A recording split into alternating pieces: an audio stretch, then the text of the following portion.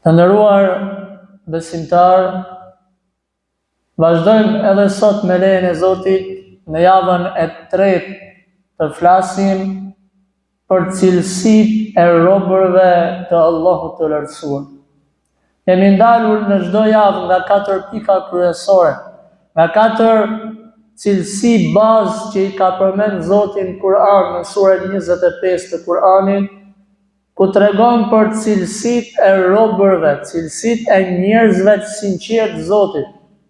E ku gjithsecili prej nesh duhet të shohë nëse bën pjesë së paku në njërin prej cilësive. Në javën e kaluar përmendëm 4 cilësi. E para prej tyre, Allahu thonte, robërit e mi janë ata cilët pasurinë e tyre nuk e shpërdorin kot për gjërat kota të dunjas. Nuk janë dorë lëshuar, por gjithashtu thot, kur bëhet fjalë për të dhënë rrugën e Zotit, nuk bëhet njeriu musliman, robi i sinqert i Zotit, dorë shtrënguar. Pra me 2 baza të ndryshme, për dunjan jep pafundësisht, e për botën tjetër të bëhesh dorë shtrënguar. Por çfarë duhet të bëjë muslimani? Të mbaj një mesatare të artë. Të mbaj një mesatare. Cilësia tjetër që e përmendi Allahu i lartësuar tha, robërit e sinqert janë ata cilët nuk lusin, nuk adhurojnë askën tjetër pos Allahut subhanahu wa taala. Adhurimi i takon vetëm Allahut fuqiplot. Lutja duhet i drejtohet vetëm Allahut fuqiplot. Mbështetja, kërkimi, çdo gjë e cila ka të bëjë me krijuesin, duhet të jetë vetëm me krijuesin dhe me asgjë dhe me askën tjetër. Tjetër, për cilësive që i përmendëm javën e kaluar është se robërit e sinqert Zotit nuk vrasin. Nuk janë vrasës që t'ja marrin jetën dikujt, sepse kjo kompetencë, kjo fuqi i takon vetëm Allahut. Ai s'ka pyet as ty as mu kur të ka sjell në dunja, dhe është ai subhanahu wa taala, i cili nuk të pyet as ty dhe as mu kur do të marrë nga kjo botë. Dhe nuk i takon njeriu të vrasi në tokën e Zotit. Se ai që vret një njeri është sikur të ketë vrarë gjithë botën. Allahu na ruaj nga ky gjuna. Dhe e katërta që u përmend javën e kaluar, robërit e sinqertë të Allahut të lartësuar janë ata të cilët nuk kryejnë imoralitet. Kjo vepër kaq e shëmtuar. Kjo vepër, dënimi i secilës është shumë i madh. Allahu na ruaj të gjithë neve dhe juve nga kjo cilësi e keqe të cilën nuk e don Allahu subhanahu wa taala. Sot është java e tretë që flasim për cilësitë e robërve të Zotit dhe do ta mbyllim kapitullin me javën e sotme, sepse këtu përfundojnë dhe ajetet e surës El Furqan, surja 25 e Kur'an. Edhe sot me lejen e Zotit do ndalemi në 4 cilësi bazë të robërve të sinqertë të Zotit të gjithësisë. Ne treguam për gjunahet të cilat nuk i don Zoti, siç ishte shirku, siç ishte vrasja, siç ishte immoraliteti. E Allahu thot në Kur'an se kush i bën këto, do të ketë dënim të madh. Mirë po, në ajetin më poshtë, Allahu subhanahu wa taala na tregon për një punë e cila i fshin këto gjuna. Për një punë shumë të madhe, që edhe nëse ti si musliman ke rënë në këto gjunahe, si idhujtaria, si vrasja, si immoraliteti, si shumë e shumë gjunahe tjera, nëse e pason me një punë tjetër, kjo i fshin gjitha gjunahe. Subhanallah, sa i mëshirshëm me Zot, gjithmonë na sjell sebepe, gjithmonë na sjell oferta që me të shpëtu ty edhe mu. Cila është kjo derë kaq e madhe? Cila është kjo portë kaq e madhe që nëse njeriu është prej tyre që e bëjnë këtë gjë, do të jetë i shpëtuar.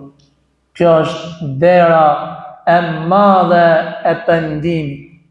Dera e madhe e pendimit. Sikurse Zoti po don me tregu në renditjen e këtyre ajeteve, o njeri nëse më ke bo shirk, që është gjuna më i madh, më ke bo shok, O njeri, edhe nëse ke vra, o njeri, edhe nëse ke bo imalitet, edhe nëse ke gënjy, edhe nëse ke bo atë dhe këte, 100 zeza ti ke shbo, derën e pendimit e ke gjithmonë të hapur tek Allahu i lartësuar.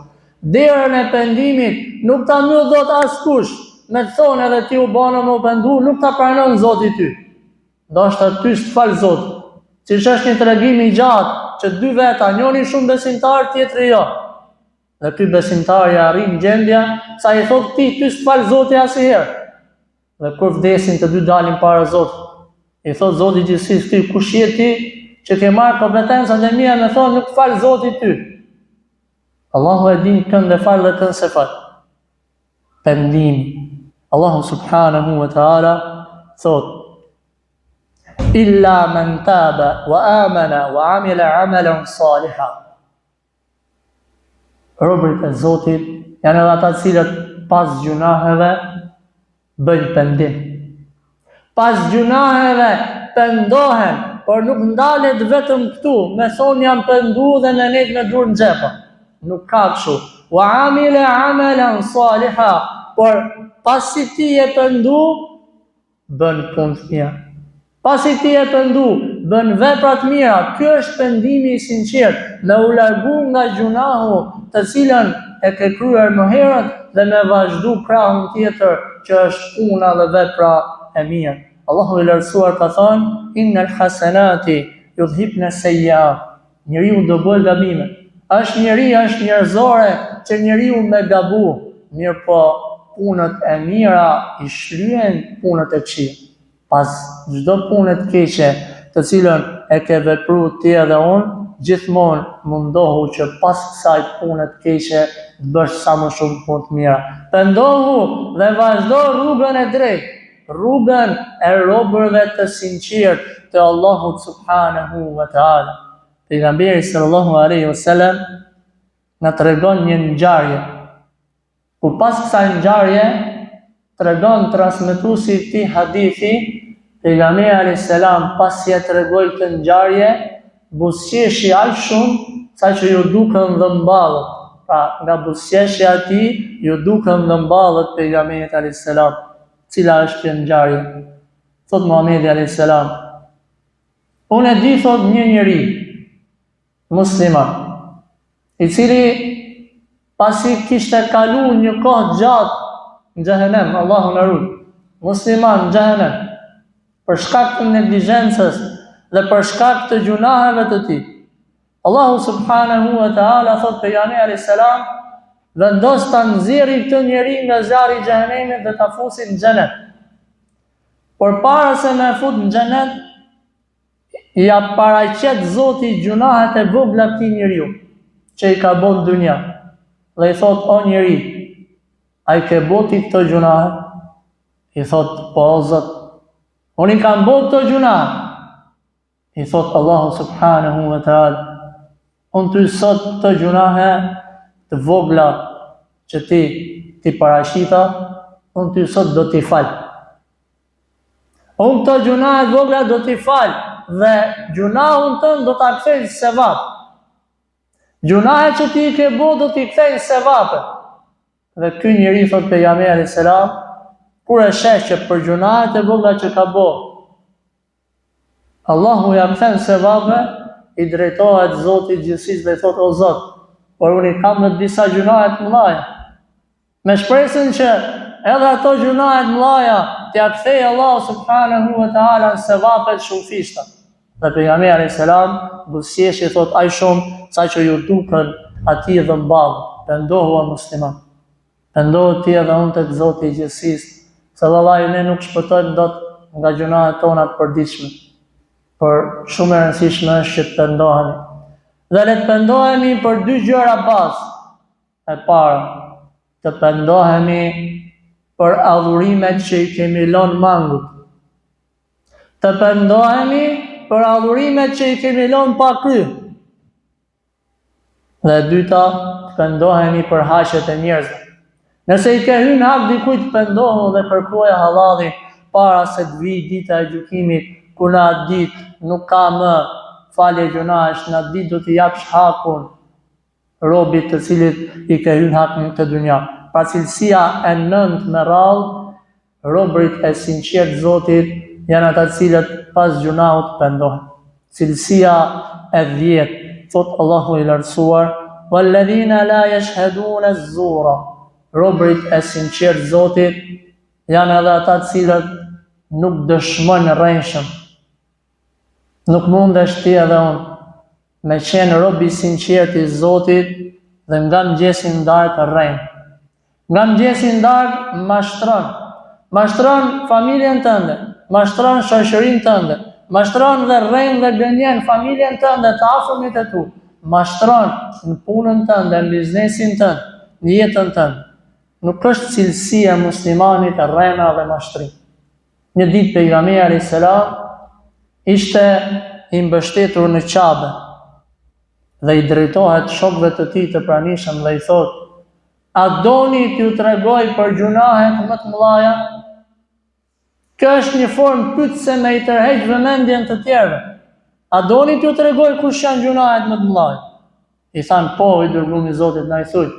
Tha pejgamberi alayhis salam, e para, el ishraku billah, ti bësh shok Zot, ta adhurosh dikë tjetër përpos Allahut subhanahu wa taala.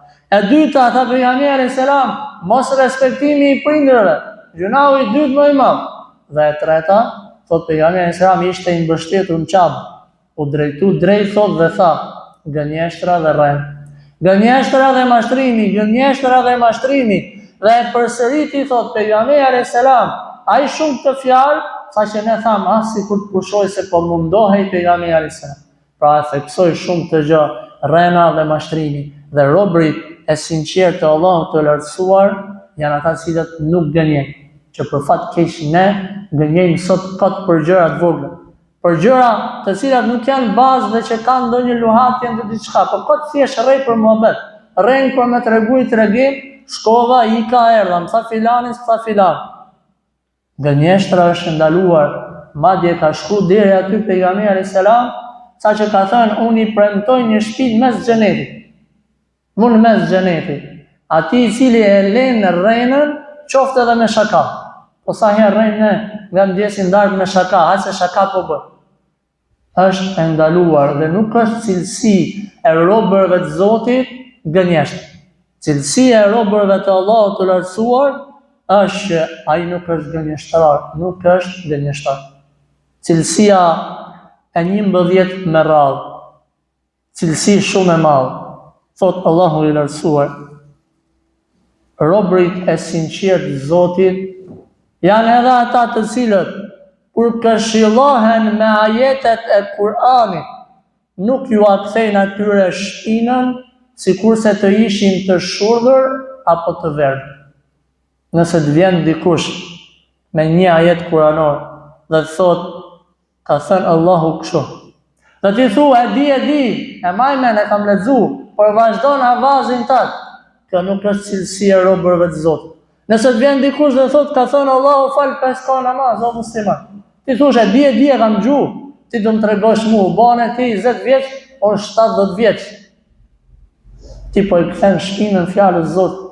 Sikurse thot Zoti, ja kthejnë shpinën sikurse të jenë të shurdhur apo të verdhur. Nuk është cilësia e robërve të Zotit që kur këshillohen me diçka nga ajetet e Zotit, ai i kthej shpinën aty. Siç ka thënë Allahu i lartësuar në një ajet kuranor, dhe kur i thuat atyre ti frik Zotin, atë e kap krenaria me gjunahun e tij. Pra vazhdon akoma me avazin e tij. Ajetet kuranore janë mesazh nga ana e Zotit gjithësisë. Janë një mesazh dhe mesazhi kryesor. Nuk e marrim në fen diku tjetër vetëm se prej librit të Zotit dhe vetëm se prej transmetimeve të Muhamedit alayhis salam dhe shokëve të tij. Kurani është baza kryesore e kuptimit të adhurimit të Zotit. Nuk do të adhurosh Zotin siç duhet nëse ti edhe unë Kur'anin e lëm pas dore. Dhe e fundit, cilësia e 12 e robërve të Zotit. Cilësia e fundit, por jo për nga rëndësia, thot Allahu subhanahu wa ta'ala, robërit e sinqertë të Zotit janë edhe ata të cilët thonë, o Zoti jon, na bëj që të jemi të gëzuar, të jemi të kënaqur me punën e bashkëshortëve tona dhe të pasardhësve tanë. Musliman i sinqert, rob i sinqert i Zotit, ai i cili i kushton rëndësi dhe vëmendje familjes tij. Ai i cili i kushton rëndësi dhe vëmendje familjes tij, sidomos në kohën tonë. Sidomos në këtë kohë ku familja po sulmohet nga gjitha anët.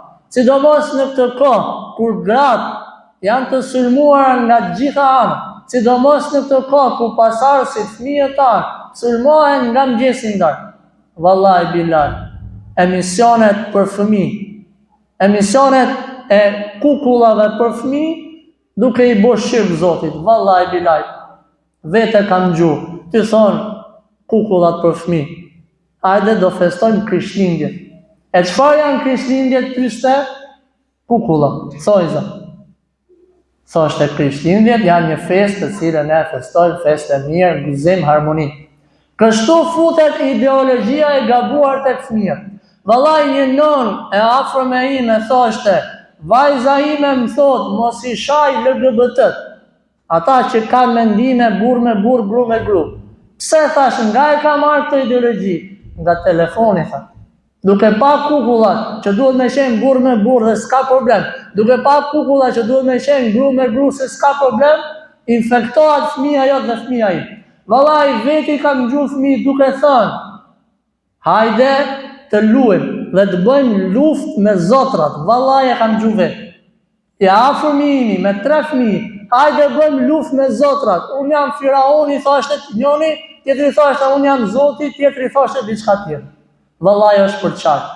Ideologji nga mëngjesi ndarë, si me e shkatru familjen. Si me ja mushmen fëmijës tatë dhe fëmijës tim, që është në rregull me pas Zot tjetër veç Allah. Si me i mushmen fëmijëve tanë, që është në rregull me u nda, është në rregull me u zhvesh, është në rregull me dalë, me fol fjalë pista e kështu me radhë, gjëra që edhe ju i dinin shumë mirë. Prandaj thot Allahu i lartësuar, robërit e sinqert Zotit janë ata të cilët thonë, o Zot, na bëj të kënaqur me punën e bashkëshortëve tonë. O Zot, na bëj që të kemi harmoni me bashkëshortët tonë. Njeriu prej njerëzve më kryesor në jetën tënde. Dhe nuk e ke robëresh, por e ke amanet. Pejgamberi alayhis salam para se me vdek thoshte kujdesuni për gratë tuaj. E pastaj robi i sinqert i Zotit ai që thotë o Zot, na bëj të kënaqur me fëmijët tonë. Po sa njerëz kanë halle me fëmijët e tyre dhe probleme dhe thonë se nuk ka hall dhe problem më të madh se sa kur ke një problem me fëmijën tënd. Prandaj cilësi e robërve të sinqert të Zotit të gjithësisë është që ata luten për familjen e tyre dhe mbaron ajeti kuranor dhe Allahu i lartësuar thot, o Zot, na bëj neve shembull për të devotshëm. Qofshim ne prej atyre të cilët jemi shembull për familjen tonë, jemi shembull për shoqërinë dhe qofshim ne shembull për mirë që të përmirësohet vendi në të cilën ne jetojmë. Elusim Zotin tonë na fali dhe na mëshiroj të gjithëve. Elusim Zotin tonë na fali ne, prindërit tanë, të afërmit tanë, gjithë besimtarë dhe besimtarët kudo që janë. Elusim Zotin tonë që Allahu i lartësuar me fuqinë e Tij t'i japi drejtim vendit tonë. Zoti i gjithësisë e shliroft nga çdo e keqe dhe nga çdo njeri i cili mundohet që ta shkatërrojë këtë vend për përfitimet e tij vetjake. Elusim Zotin tonë që muslimanët kudo që janë t'ia lehtësoj gjendjen. Elusim Zotin tonë që ta shkatërrojë idhujtarinë dhe shirkun. Elusim Zotin tonë që ta ngrejë lart Islamin dhe muslimanët. Walhamdulillahi Rabbil Alamin.